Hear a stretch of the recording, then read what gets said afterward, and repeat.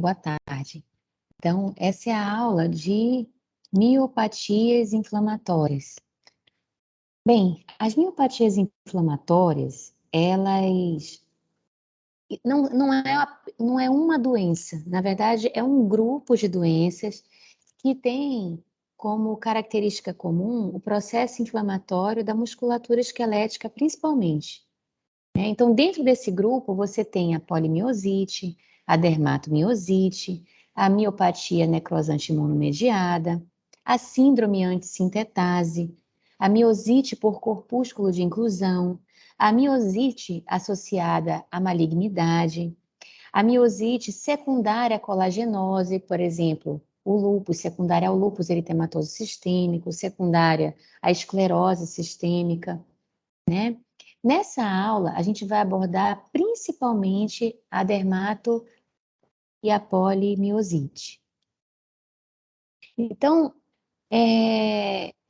elas são doenças raras, com uma incidência que varia de meio a mais ou menos um pouco mais de 8 casos por milhão, né, de pessoas, e ela tem caracteristicamente uma distribuição bimodal, onde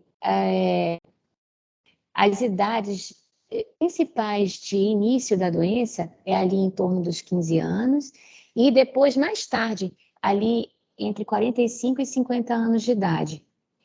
Ela predomina no sexo feminino discretamente, com uma proporção de 2 a 3 casos no sexo feminino para 1 caso no sexo masculino, sendo que isso é um pouco diferente na miosite por corpúsculo de inclusão, que é predominante no sexo masculino. O paradigma fisiopatogênico, eu sempre vou bater isso, porque é o que permeia todas as doenças autoimunes, é que uma pessoa que é geneticamente predisposta, e a herança aqui a gente está falando principalmente de uma herança poligênica, ao longo da vida a pessoa vai se deparando com estímulos ambientais que podem ser agentes infecciosos, como vírus, parasitas, pode ser agentes químicos, físicos, e ela vai entrando em contato sucessivamente e os diversos estímulos acabam deflagrando uma resposta direcionada ao próprio, e essa resposta direcionada ao próprio institui um processo inflamatório, culmina com um processo inflamatório, e esse processo inflamatório, quando junta dano suficiente, ele se expressa clinicamente como o quadro clínico da doença, né?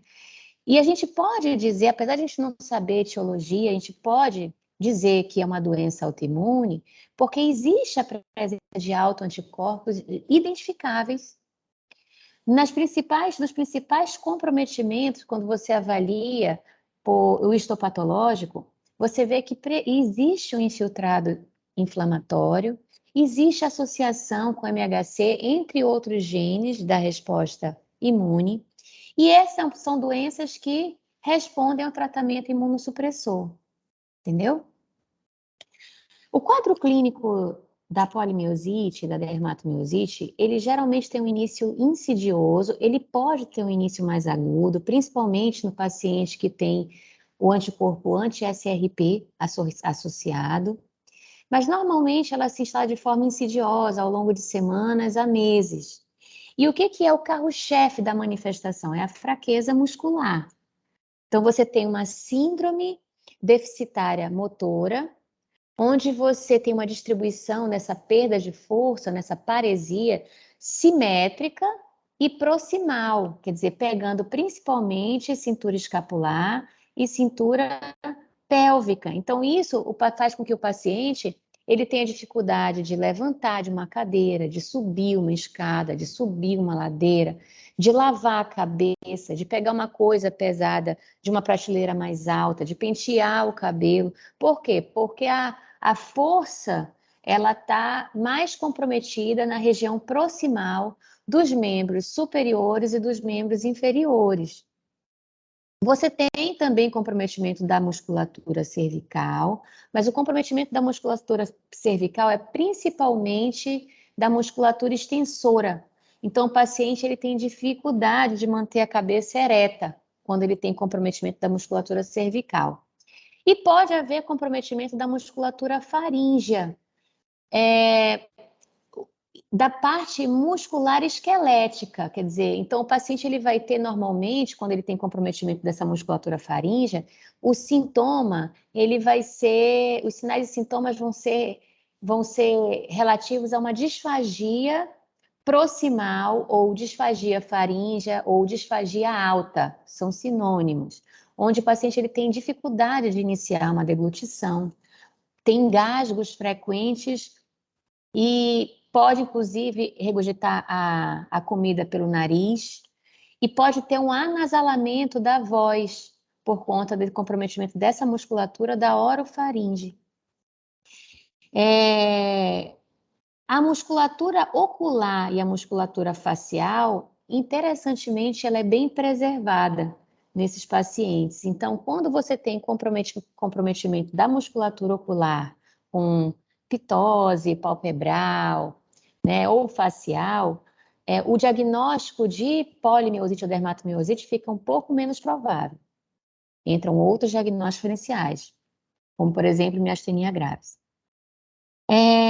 São pacientes que, apesar de ter como carro-chefe o comprometimento muscular, eles são doenças sistêmicas, são doenças autoimunes sistêmicas, então vão ter comprometimento de diversos aparelhos. Os principais comprometimentos extramusculares é o comprometimento vascular, né? Então, manifesto principalmente por meio do fenômeno de Raynaud. Então, você tem uma hiperreatividade vascular. Aqui a gente pode ver, né, a primeira fase do fenômeno de Raynaud. E você tem outros dos comprometimentos extramusculares frequentes, você vai ter o comprometimento pulmonar. E o comprometimento pulmonar, apesar de ser possível a presença de derrame pleural, o principal comprometimento pulmonar na polimiosite / dermatomiosite é o comprometimento do parênquima / interstício, sob a forma de uma pneumopatia intersticial não específica.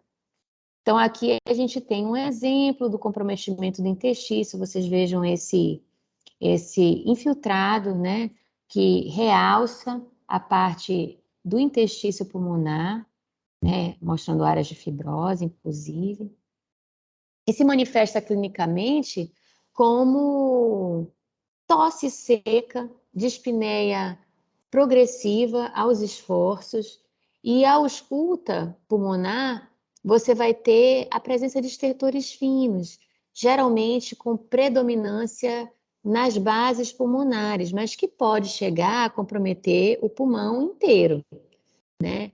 Lembrar que, normalmente, a instalação do comprometimento pulmonar, ele vai acontecer de forma insidiosa. Apesar de você poder ter síndrome de Harman-Rich, que seria uma pneumonite de instalação aguda, né, nesses pacientes, isso é raro. O mais comum é que o comprometimento pulmonar ele aconteça de forma insidiosa, né, e progressiva. Com relação ao comprometimento cardiovascular, que também é um comprometimento extramuscular frequente, o principal é o comprometimento do miocárdio sob a forma de miocardite mesmo. E isso vai se expressar principalmente por alterações, graças a Deus, a maioria dos pacientes é assintomático e vai apresentar apenas alterações no eletrocardiograma, como, por exemplo, um aumento do PR, um achatamento difuso da onda T, né? Mas, eventualmente, dependendo do grau de comprometimento inflamatório do miocárdio e das áreas em que ele é comprometido, você pode ter arritmias diversas, né, como expressão clínica disso aí. E, inclusive, insuficiência cardíaca em graus diversos, né? Tudo dependendo da gravidade do comprometimento inflamatório do miocárdio. Quando você tem o comprometimento cutâneo, clinicamente, você deixa de falar que é uma polimiosite e você passa a chamá-la de dermatomiosite. Apesar de clinicamente a diferença principal dessas duas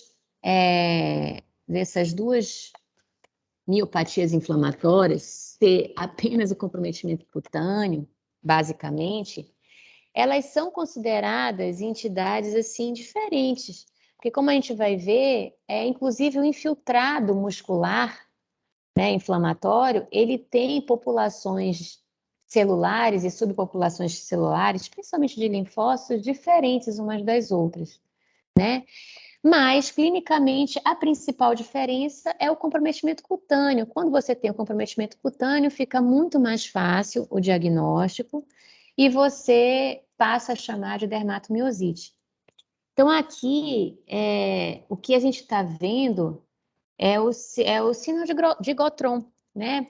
Então, você vai ter, são placas barra pápulas, né? Podem ser placas ou pápulas, eritematosas ou eritematoviolaceas, discretamente descamativas nas áreas extensoras das metacarpofalangianas, interfalangianas proximais e um pouco no dorso da mão, né? Mas as placas e pápulas de Gotron ou Gotron, elas podem estar expressas em outras superfícies extensoras, como por exemplo no cotovelo, nos joelhos, não é obrigatoriamente nas mãos. Aqui são elas aqui na região do cotovelo.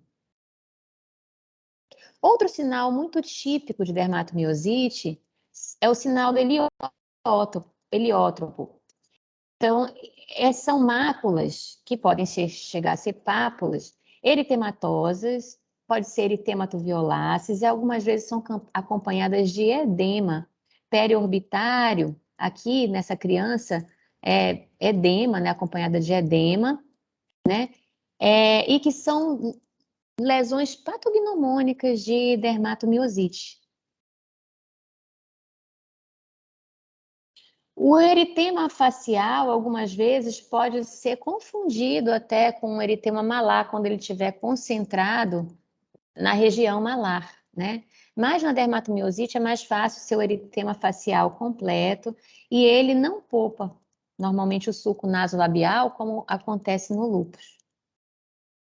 Outras lesões cutâneas é o sinal do V, do decote, que é na região do colo mesmo, o sinal do chale, que é na região posterior, né, do dorso, né, e mais cranial, e a mão do mecânico, que aqui dá para ver melhor, que é uma alteração cutânea onde você tem hiperceratose com áreas de fissura na borda do dígito, né, do dedo, do quirodáctilo, e que tem essa denominação por se parecer com a mão de uma pessoa que trabalha muito, que tem calosidade. Mas a característica dela é isso, essa hiperceratose com fissuras na face lateral do dígito. Sendo que essa alteração cutânea, especificamente, ela tem muita associação com um subtipo de miopatia inflamatória, que é o que a gente chama de síndrome antissintetase. A síndrome antissintetase, ela é caracterizada pela miopatia inflamatória, pela mão do mecânico, por um Renault mais expressivo e pelo comprometimento pulmonar, intersticial, assim como poliartrite, né? Então, ela é uma nuance da miopatia inflamatória mais específica e que tem muita associação com anticorpos anti-RNA transportador sintetase. Por isso, o nome da síndrome é síndrome antissintetase. E desses anticorpos, o mais comum nesses pacientes é o anti-Jo1. Com relação ao comprometimento músculo-esquelético, na polimiosite e dermatomiosite, você pode ter artralgia, que pode ser sob a forma de óligo ou poliartralgia de ritmo inflamatório, ou mesmo uma oligopoliartrite de ritmo, ou uma oligopoliartrite, né? E o comprometimento muscular, que é o carro-chefe da doença, né? Eu acho que deveria até ter colocado isso ali junto quando eu falei do comprometimento muscular, é que esses pacientes, eles, apesar de ter muita perda de força, eles não têm tanta mialgia. Eles têm pouca mialgia. Eles podem ter mialgia, mas a mialgia ela não é a parte mais expressiva desse paciente. O que predomina no quadro clínico é, inicialmente, a fatigabilidade e, posteriormente, uma perda de força objetiva, né? E que tem distribuição simétrica e proximal, né? Então, cintura pélvica e escapular normalmente. Quem é que sai dessa característica? A miosite por corpúsculo de inclusão. A miosite por corpúsculo de inclusão é um pouquinho diferente das outras, né? Então, ela predomina em homem e ela normalmente pode comprometer não só a porção simétrica, a parte simétrica da musculatura esquelética, ela também pode comprometer distalmente, ou desculpa, ela pode ser assimétrica. E não compromete apenas proximalmente, mas também pode comprometer distalmente, né? Então, clinicamente, ela difere das outras miopatias, como a polimiosite, dermatomiosite e, por exemplo, a síndrome antissintetase. E você tem uma nuance da dermatomiosite, que é a que a gente chama de dermatomiosite amiopática, quando você tem apenas clinicamente o comprometimento cutâneo típico da doença, tá? Esses pacientes normalmente eles não têm perda de força, mas alguns deles, se você fizer uma ressonância, você vai ver que já existe edema da musculatura ou tem um pouco de alteração de enzimas, né? Outros não têm nenhum sinal de comprometimento muscular. É o que a gente chama de dermatomiosite amiopática. É bem mais raro. Dentre os exames complementares, né, que a gente vai solicitar para esses pacientes, além do screening para a doença de forma sistêmica, porque são doenças sistêmicas, você vai pedir as enzimas musculares com o objetivo de ver se realmente está havendo agressão muscular. E as enzimas musculares principais, CPK e a aldolase. Contudo, a TGO, que é a ST, né? E a TGP, que é a LT, elas, apesar de serem enzimas também presentes no fígado, elas também estão presentes no músculo. Então, elas entram na avaliação da lesão muscular. Assim como a DHL, que é bem inespecífica, mas a gente utiliza também. A VHS-PCR desses pacientes geralmente vai estar aumentada por ser uma doença inflamatória. E o FAM, ele pode estar, inclusive, negativo, né? Então, em até quase 50%, em 40% ou até mais em algumas estimativas, você pode ter o FAM negativo. E quando ele é positivo, normalmente são baixos títulos e o padrão ele é bem inespecífico. Normalmente você pede o FAM porque, como é uma doença autoimune sistêmica, existe sempre a chance de haver uma sobreposição, você solicita ele. Mas, em sendo uma miopatia, uma polimiosite ou dermatomiosite pura, normalmente o que você espera é isso, que ele seja negativo ou, se ele for positivo, seja em baixos títulos ou não específico. Se ele for em altos títulos, esse paciente tem que ser investigado de forma mais profunda para a possibilidade dele ter outra doença junto, né? Entre os autoanticorpos específicos da polimiosite barra dermatomiosite, os mais, assim, importantes de vocês saberem é o anti-Jo, porque ele é o mais comum dentro dos pacientes que têm síndrome antissintetase. O anti-Mi1, o anti-Mi2, que é o anticorpo que tem associação, principalmente com quadros que têm uma evolução melhor e com resposta melhor ao tratamento, está associado geralmente ao sinal do Chagas, ao sinal do V do decote. E o anti-SRP, que é o que tem associação com quadros mais graves e de menor resposta ao tratamento, tá? Outros exames que a gente vai pedir, já que o paciente tem comprometimento da força normalmente, é a ressonância nuclear magnética. Idealmente, a ressonância deveria ser feita do corpo todo, né? Então, da musculatura esquelética como um todo.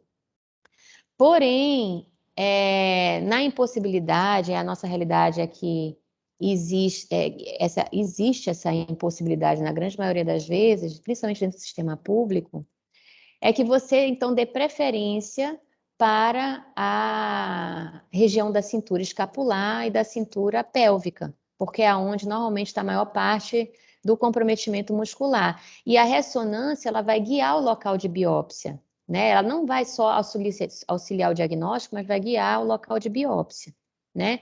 E em algumas situações onde você tem dúvida em relação à atividade, a ressonância também ajuda, porque a presença de edema mostra que essa fraqueza muscular, ela tem associação com o processo inflamatório. Diferente se você não vir edema na ressonância e vir sim, por exemplo, substituição gordurosa, onde mostra que a musculatura, apesar de estar fraca, o mais provável é que ela já tenha já as consequências de um processo inflamatório crônico e que não foi abordado, né, por algum motivo. Um outro exame também que a gente deve pedir é a eletroneuromiografia, que vai dar um padrão miopático, né? Esse padrão da eletroneuromiografia, ele vai ter o objetivo frente ao paciente que está com fraqueza muscular. Primeiro, ele vai objetivar ver se o paciente tem apenas o padrão miopático da eletroneuro, que é caracterizado por potenciais da unidade motora, potenciais polifásicos de baixa amplitude e de duração curtinha, fibrilações, descarga de formato bizarro e repetitivas. Então, é um padrão que mostra que aquela musculatura ela não está respondendo de forma adequada ao estímulo. Ou o padrão neuropático, né? Que aí seria de condução nervosa e que faria com que entrasse no diagnóstico diferencial outra doença. As miopatias inflamatórias, no caso, dermatomiosite, polimiosite e síndrome antissintetase, vai ter o padrão da eletroneuro miopático. Das miopatias inflamatórias, a que tem um padrão de eletroneuro diferente é a miosite por corpúsculo de inclusão, que pode ter o padrão apenas miopático, mas na maioria das vezes vai ter um padrão miopático e um padrão neuropático associado.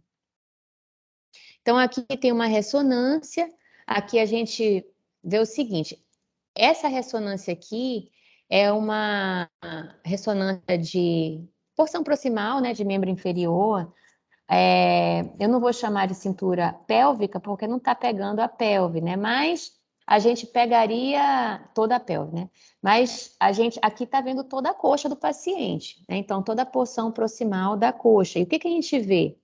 Essa imagem é uma imagem que a gente chama de ponderada em T2, com supressão de gordura ou STIR, né? Essas duas não são a mesma ponderação, tá? O T2 com supressão de gordura e o STIR, eles são ponderações diferentes, mas que visualmente eles falam a mesma coisa. Como eu não tenho o dado aqui, né, os numerozinhos que aparecem aqui embaixo, eu não tenho como dizer qual delas é para vocês. Porém, o que a gente pode ver nessas duas ponderações, a gente vai ter tudo com um sinal baixo, e onde tem líquido, você vai ter um alto sinal, quer dizer, vai aparecer branco. Então, olha aqui o final da bexiga, a gente vê ela toda branca, né?